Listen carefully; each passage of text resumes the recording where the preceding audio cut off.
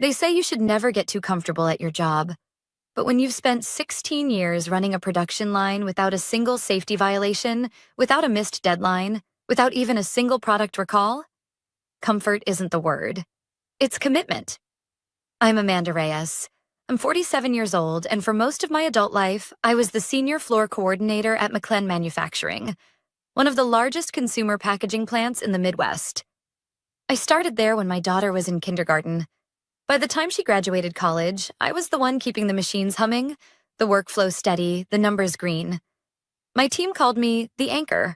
My supervisors called me reliable. And for years, that was enough. Until one Monday morning, I was called into a conference room with beige walls and a forced smile from HR. "We're restructuring," they said, like it was a weather report. Not performance-related, just a strategic shift.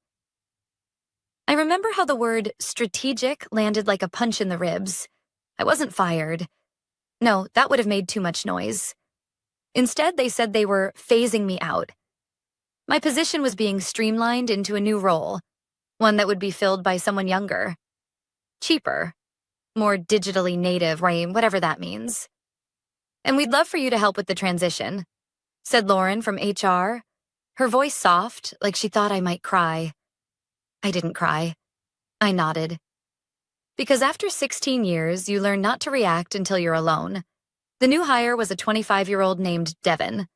Fresh MBA, zero factory experience. He wore loafers on his first day, the kind that don't survive a warehouse floor.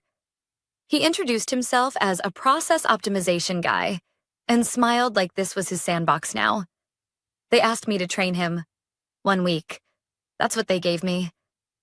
I spent that week showing him the layout, the pressure points, the quirks of each conveyor belt. I handed over my manuals, my spreadsheets, the annotated logs I'd maintained over a decade and a half. I even walked him through the emergency shutoff protocol, the one I wrote myself after a near miss back in 2010. He didn't take notes. The night before my last day, I stayed late, alone. I walked the floor listening to the quiet tick of the machines, the hum of the automated packaging arm. Every corner of that space held a memory. Training new hires, fixing systems during storms, working through holidays so others could be home with their families. I didn't take a selfie. I didn't post about it. I just stood there and let the moment imprint on me. Then I turned in my badge. Nobody threw a party. No goodbye card. Just an auto-generated email. "Thank you for your service. We wish you success in your next chapter." I wasn't angry. Not yet. At first, it felt like grief.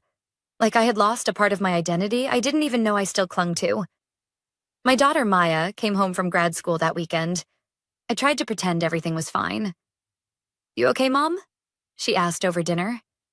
"Yeah," I said, pushing vegetables around my plate. "Just adjusting." She looked at me the way daughters do when they know their mothers are lying but choose not to press. Instead, she reached across the table and squeezed my hand. "You built that place," she said. "Don't let them make you feel disposable." I smiled, but inside I felt hollow. Over the next few months, I did what I've always done. I observed. From a distance. I still had friends on the floor. People who texted me, called me on bad days, told me things they weren't supposed to. And slowly, the cracks began to show. Missed quotas, safety violations. A small injury swept under the rug, then 2 more. Customers started complaining about late deliveries. The maintenance backlog tripled. One of the machines, a pressure sealer I'd spent years tuning, failed during a double shift, damaging thousands of units. I stayed quiet. Until the day Maya sent me a screenshot. It was a Reddit thread from a whistleblower account. "Working at Maclen is a disaster. Ever since they pushed out the experienced staff, it's been nonstop chaos. I don't feel safe." I stared at the screen, my heart pounding. And for the first time since I left, I didn't feel sad. I felt something else. Something sharp. This wasn't about cost cutting anymore. This was about the cost of forgetting who built the system in the first place, and I was done watching from a distance. The first time someone reached out, it was subtle. A message from Becca, one of the shift leads I'd trained back in 2015. She never called me unless it was important. "Hey, Amanda, can we talk? Something's going on." We met at a quiet diner off Route 9. She looked tired, paler than usual. Her hands shook slightly as she stirred her coffee. "I'm sorry to bother you," she said quickly, but I didn't know who else to call. "You're never a bother," I replied. "Tell me what's happening." She took a breath and launched into it. Missed safety checks, workers quitting mid-shift, Devin making decisions without consulting anyone on the floor. She described a conveyor jam that wasn't reported for 2 full hours because the night lead didn't want to wake the new boss. Thousands of units had to be discarded. "I tried to raise it to Lauren in HR," she said, voice low. But she just said, "We're in a period of transition. Be flexible." I felt a tightness crawl up my spine. "Has anyone else said anything?" She nodded. "Yeah," quietly. "But no one wants to risk being seen as a problem. You know how it is." I did. For 16 years, I watched how the company handled problems. First, they ignore you. Then they isolate you. Then they replace you. Becca looked at me, her voice barely a whisper now. "Amanda, I think someone's going to get seriously hurt." That night, I couldn't sleep. I sat on the couch with the lamp on low, flipping through old notebooks from my time at Maclen. Process maps, contingency plans, even old floor rosters. My notes were always detailed. Obsessively so, some would say. But now they felt like breadcrumbs. Proof that the system had once worked. That it could again. I didn't know what to do. I wasn't an employee anymore. I had no title, no power. Just a box of records and a rising sense of responsibility. Then I remembered the whistleblower thread, the Reddit post. It hadn't been from Becca. Someone else had spoken up, which meant there were others, people who still cared. I created an anonymous email address and posted a response. If you've worked at Maclen and noticed changes that put people at risk, you're not alone. There are people who will listen and help. Within 2 days, I had 9 emails, all from current or recently departed employees, most of them afraid, all of them angry. Stories of cuts to training hours, safety drills skipped, a forklift incident in Warehouse B that was never filed. But one email stopped me cold. "I was injured 2 weeks ago. Devin told me not to report it. Said it would look bad during audits. I had to use vacation time to heal." No name, no signature, just pain. That was the moment I knew silence wasn't an option anymore. I called Maya. She was in Boston finishing her graduate program, but she picked up on the first ring. "Hey, Mom, everything okay?" "I need your help," I said. "Legal help." A pause. Then, "Tell me everything." By the end of the week, we had a plan.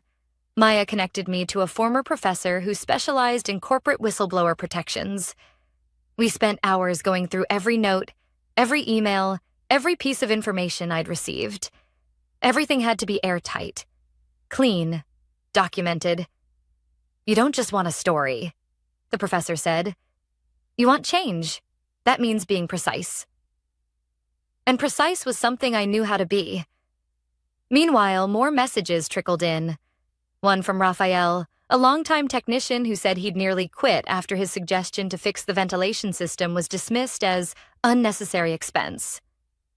Another from Janice, who said morale was so low she'd caught one of her junior staff crying in the break room after being chewed out for asking too many questions. It was unraveling, quietly but steadily. I didn't tell them I was behind the email account. I didn't need recognition. I needed truth. But the moment that sealed it came late one night. I got a message from an unknown number. Just a photo. A production line, mid-shift. Boxes stacked haphazardly. A spilled container on the floor. And in the background, a worker using duct tape to repair part of the sorting mechanism. I zoomed in and felt my stomach turn. That was the same sorting unit I'd warned them about during my last month. I'd logged the maintenance issue. Twice. It had been flagged for replacement. They hadn't replaced it. They'd patched it. With tape. That's when the anger came.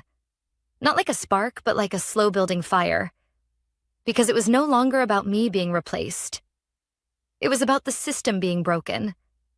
And I wasn't going to watch it crumble from the sidelines anymore. Not when people could get hurt. Not when the people I trained were left cleaning up the mess of someone else's strategic shift. You'd think after 16 years of loyalty, walking away would be the hardest part. But no. The hardest part was realizing just how quickly they had buried everything I'd built. The following week, I received a call from Jerome, one of the plant's machine operators. His voice was tight with frustration.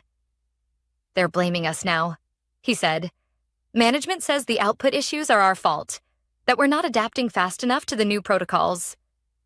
"Protocols?" I asked. "Yeah, Devin rolled out a new schedule system. Reduced downtime, fewer rotation breaks. He says it's lean manufacturing, but it's chaos. We're exhausted. Mistakes are up. Everyone's on edge." I knew what that meant. Cutting rotation breaks might look efficient on paper, but in reality, it pushed people past their limit. And in production work, fatigue was dangerous. Slower reactions, less focus, higher risk of injury. "What about safety audits?" I asked. Jerome laughed bitterly. They pushed the audit to next quarter, said they needed time to prepare. It was classic damage control. Buy time, shift blame, hope no one notices. But I noticed. And I wasn't the only one. That weekend, I invited Becca, Raphael, and Janice to my house. No formal meeting, just coffee, sandwiches, and a whiteboard in my living room. It felt strange seeing them outside of the warehouse context. These were people I'd led for years. Now we sat as equals, strategizing like survivors. "I've documented everything I've received," I said, pointing to a binder I'd compiled. "We have enough here to show a pattern. Mismanagement, neglect, and retaliatory culture." Janice looked uneasy. "But what happens if we go public? They'll retaliate."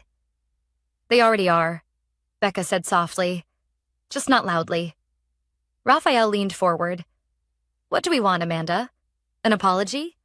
Or do we want accountability?" I met his gaze. "I want change. I want the people responsible to be seen. And I want the board to know what's happening under their nose." That's when the idea hit me. The board. They were always distant. High-rise executives who saw the plant through spreadsheets and quarterly reports. But if they were made aware of what was really going on, documented and credible, they couldn't claim ignorance. So I made a decision. I wrote a letter. Not an emotional rant. A case file. Detailed, professional, supported by photos, testimonials, and internal data that had made its way to me. I outlined the decline since the leadership shift, the impact of the decisions, the risk it created, not just to people, but to their bottom line. I ended it with one line. "The plant may be your asset, but it's our livelihood. You can't fix what you refuse to see." I signed my name. No hiding, no anonymous email. I mailed it to every board member listed on Maclen's public financial disclosures. Maya helped me draft a second version, one that would go to a regional labor watchdog if the board didn't respond within 2 weeks. Not a threat, just a contingency. Then we waited. 10 days passed. Nothing. On the 11th day, I received an envelope by certified mail. Maclen Corporate Affairs.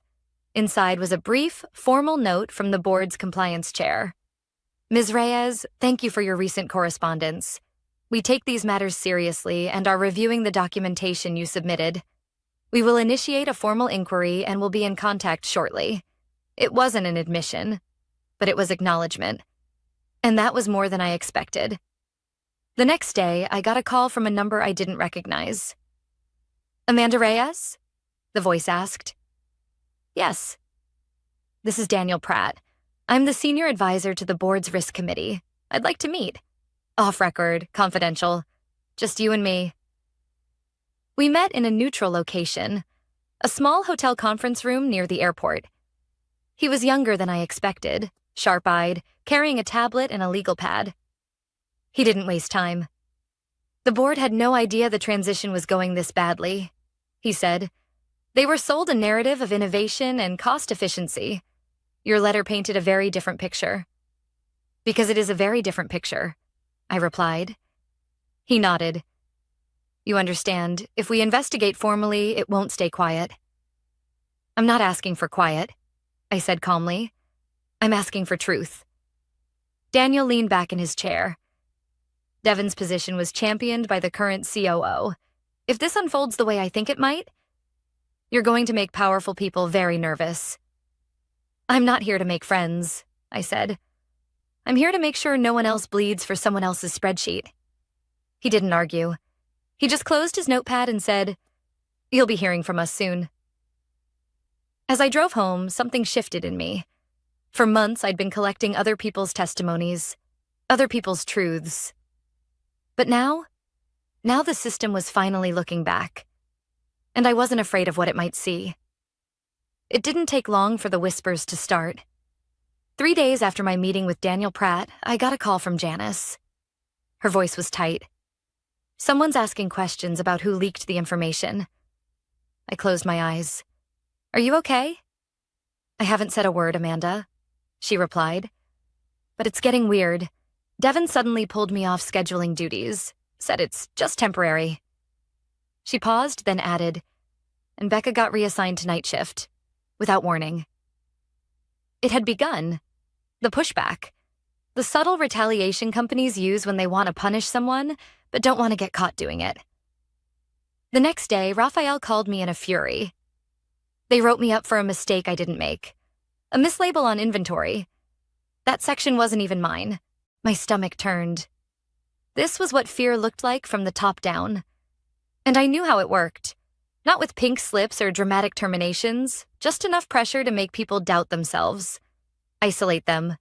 Shame them into silence. But this time I was ready. That evening, I opened the folder Maya and I had labeled Contingency Phase 2. Inside was a strategy we'd hoped we wouldn't need. Escalation protocols. Media contacts. A pre-drafted letter to the Department of Labor. And testimonies, sworn and notarized, from Becca, Raphael, Janice, and 2 others who hadn't come forward publicly yet, but were willing to step up if it came to that. I reached out to Daniel. They're retaliating, I said. Silently. Strategically. There was a long pause on the other end of the line. I believe you, he said. But we need something actionable. A name. A pattern. Hard documentation. I'll get it, I told him. But when I do, I want this addressed publicly. You have my word. That night, I stayed up past midnight, combing through emails forwarded to me. One from a supervisor who questioned Devon's overtime cuts and was then removed from the shift schedule for 2 weeks. Another from a young temp who had resigned after being scolded for slowing down the line during a heat wave. No fans, no AC, just sweat and pressure and fear. And then I got the file that broke me. It came from an anonymous address. No message. Just a scan of an incident report. A 19-year-old worker had been hospitalized after collapsing on the production floor. Heat exhaustion. No ambulance was called. He was driven to urgent care by a coworker. The report was marked internal only and buried in a closed log. My hands shook as I read the timestamp. 3 weeks ago. They had buried it. I forwarded the file to Daniel and then to Maya. Her reply came instantly. We have enough. We move now. That morning, we submitted the formal complaint to the Department of Labor, along with over 30 supporting documents and witness statements. And then I did something I hadn't planned. I called a journalist. Her name was Alina Foster, an investigative reporter I'd followed for years. She specialized in corporate accountability, quiet revolutions. When I told her the story, she didn't hesitate. On the record? She asked. Yes, I said, voice steady. Use my name. Use everything. I gave her access to the files, the testimonies, the photos. I even sent her the letter I wrote to the board. She asked sharp questions, took detailed notes, and then said the words I hadn't realized I needed to hear. "You're not overreacting. You're doing what most people are too scared to do." The story was scheduled to run the following week, but even before it hit, something started to shift. Daniel called me again. This time his tone was different. "Internal legal is now involved," he said. "The COO is under review. There's talk of pausing Devon's role pending the inquiry." I didn't celebrate, because I knew retaliation has a long tail. The next day, my name was leaked. Someone inside Maclen, maybe HR, maybe Devon, told the staff who had filed the complaint, told them who had gone public. I found out from Janice, whose voice trembled with worry. "They're calling you a traitor, saying you just want revenge." I didn't blame them. It's what management wanted them to believe. Because if they could turn me into the villain, they wouldn't have to face what they'd done. That night, Maya called. "Are you okay?" I hesitated. "I don't know." I stood at the window, looking out over the quiet street. Somewhere in the city, Devon was probably spinning a new story. One where I was bitter, unqualified, difficult. But stories only work when people don't fight back. I thought of Becca on night shift, of Raphael and his fake write-up, of the young man who passed out while trying to earn a paycheck. And then I answered her. "I'm scared," I said honestly, "but I'm also done being quiet." The article went live on a Tuesday morning. I was sitting at the kitchen table with my coffee, trying to pretend the day would be normal. But when my phone buzzed and I saw Alina Foster's name, I knew it was time. The headline read, "Inside Maclen Manufacturing, a culture of retaliation, neglect, and silence." My name was in the subheading. So was the phrase, 16 years without a single safety violation. I read it slowly, every word. Alina hadn't sensationalized it. She didn't have to. The truth was damning enough. She had quotes from former employees, anonymized where needed. She had the timeline, the testimonies, the scanned incident report about the 19-year-old worker. She even included parts of my letter to the board. But it was the final line that hit the hardest.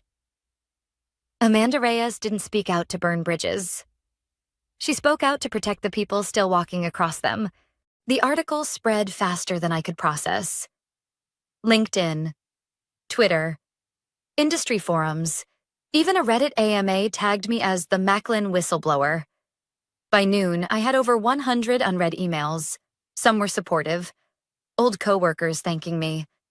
A few from total strangers saying they'd gone through the same thing in different industries. Quiet gratitude from people who had no voice where they worked. But not all the messages were kind.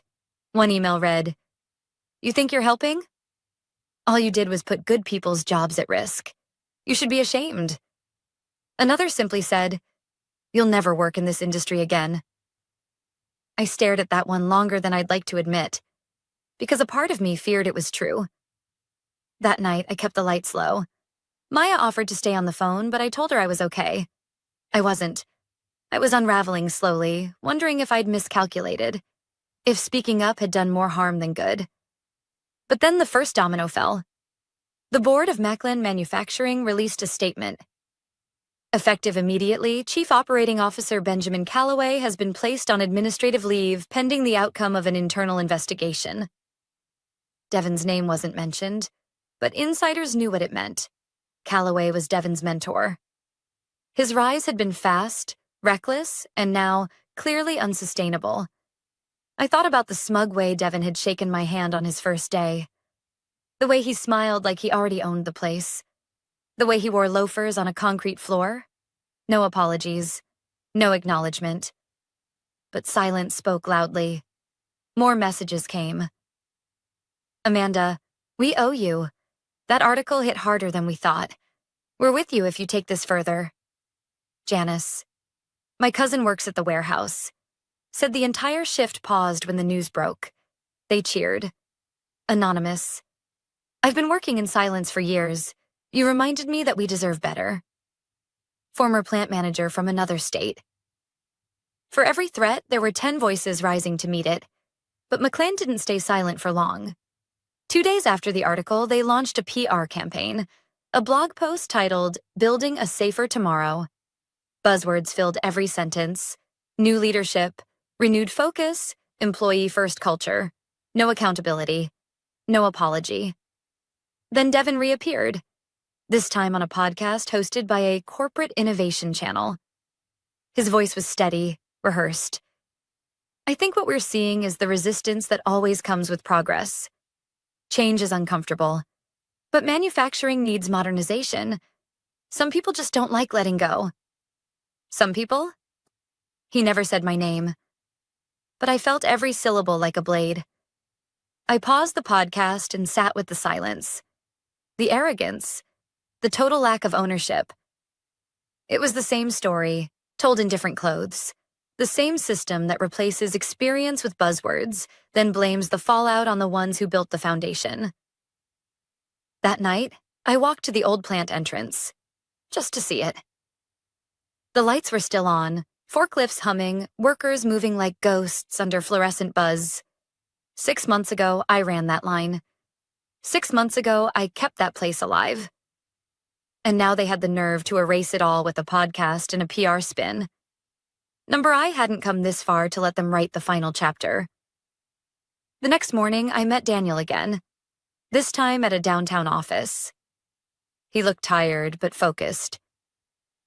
"We've begun interviewing staff," he said. "The complaints line has been overwhelmed, and frankly, it's worse than we thought."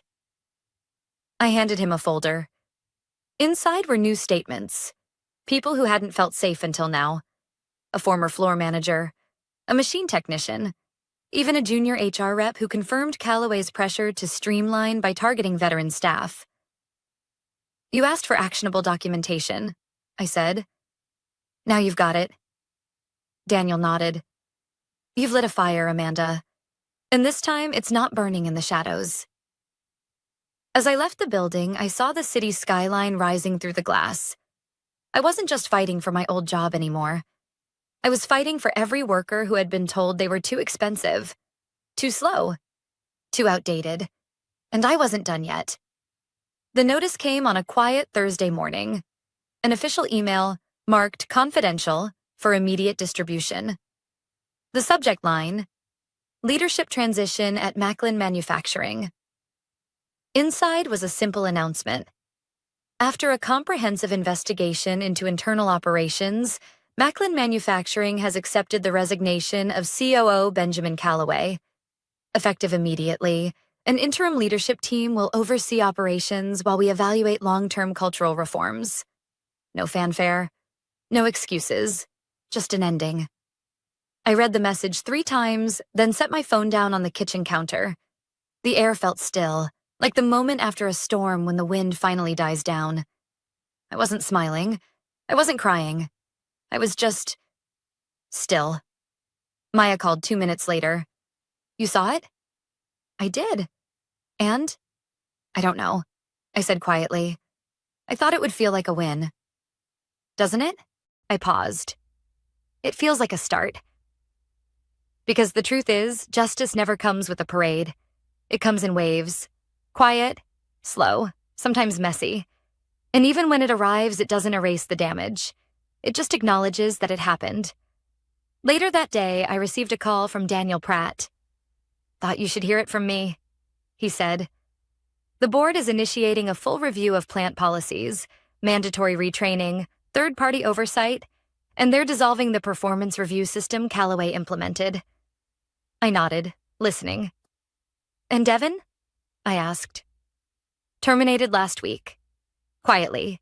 But the board agreed to issue a public acknowledgement of the production failures under his leadership.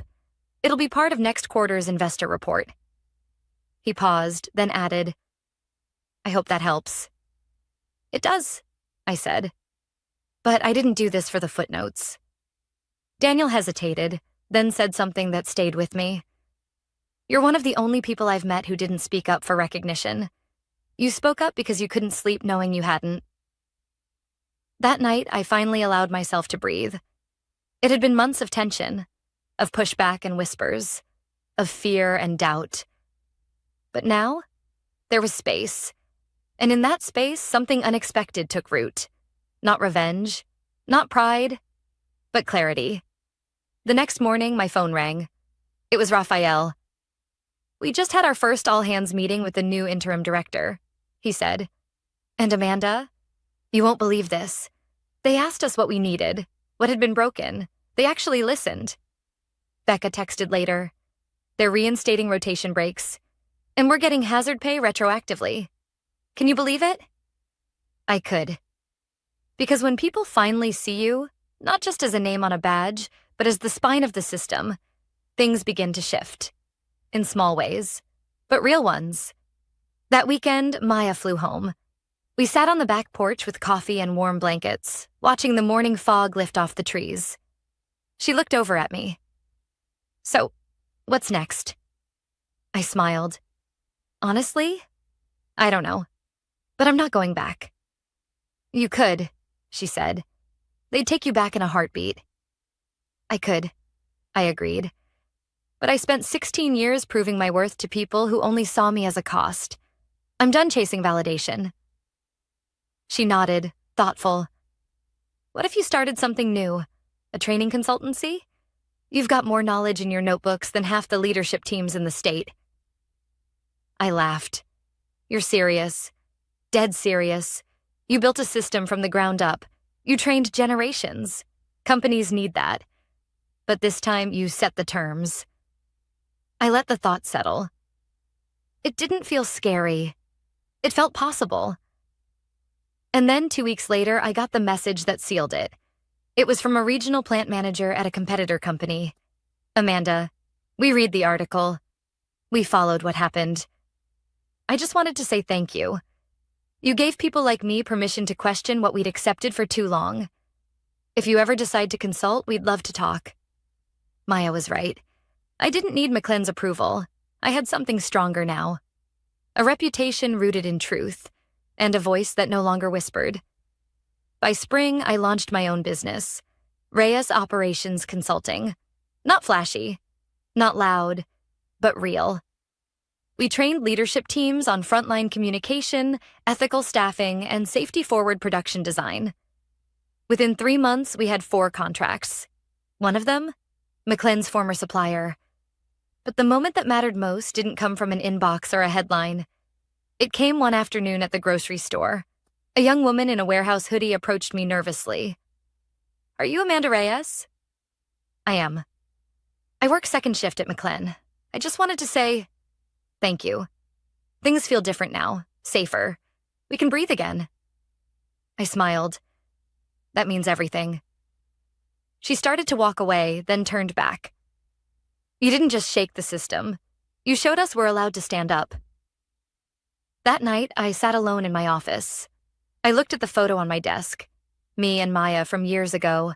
Both of us in oil-stained clothes after a volunteer build. She was right. All along. Sometimes the house needs shaking. Sometimes systems break. But the people? The people rebuild. And if they're lucky, they learn to lead on their own terms. Not quietly, not gratefully, but powerfully. Because survival isn't the goal. Standing tall after the storm is.